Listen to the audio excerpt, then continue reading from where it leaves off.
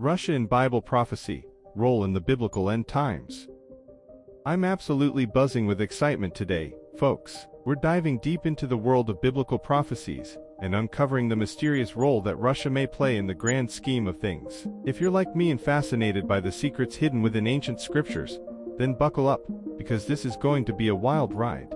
Let's talk about those cryptic passages in the Book of Ezekiel, chapters 38 and 39, shall we? These chapters describe a monumental battle in the end times, led by a figure called Gog, from the land of Magog. A mighty coalition of nations marches forth, intent on invading and plundering Israel. For centuries, scholars have debated the true identities of Gog and Magog, and wouldn't you know it, Russia is often seen as a prime candidate.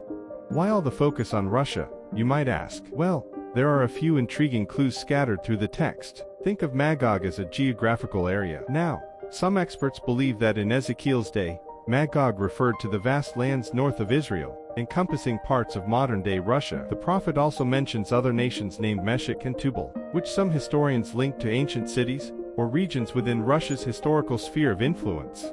But here's where things get really interesting. These prophecies in Ezekiel don't just give us hints about ancient geography. They foretell a time when this northern coalition becomes a force to be reckoned with. The stage is set for a conflict of epic proportions. Now, does this definitively point to Russia leading the charge in our modern times? That's where things get even more fascinating.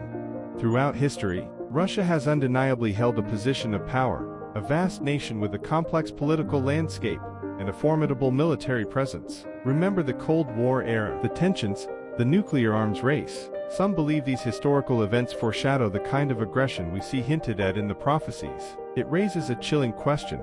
Could we be witnessing the early stages of this foretold alliance forming in our own time?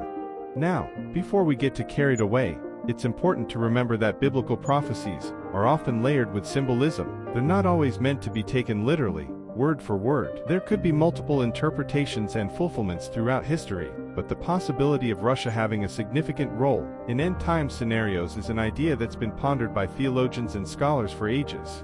Let's shift our focus for a moment. In the book of Daniel, we encounter prophecies about powerful kingdoms rising and falling, often depicted through symbolic images like fearsome beasts. Could one of these beasts, or the power it represents, be linked to Russia in some way? Some interpretations suggest so. Of course, it's crucial to approach all of this with a balanced, critical eye. It's easy to get swept away in speculation, or try to force current events to fit neatly into ancient prophecies. What's most important is to recognize that the Bible offers us a glimpse into God's grand plan for history, but the full picture sometimes remains out of focus. So, what does all this mean for us as prophecy enthusiasts? It means we should keep studying, keep seeking understanding, and stay open to the incredible possibilities laid out in Scripture.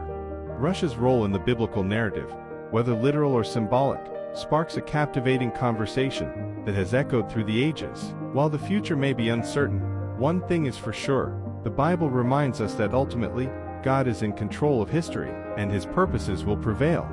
If you're intrigued by these discussions, and want to explore more of the mysteries and prophecies hidden within the Bible, stay tuned. We'll have more videos like this coming your way, and who knows what incredible insights we might discover.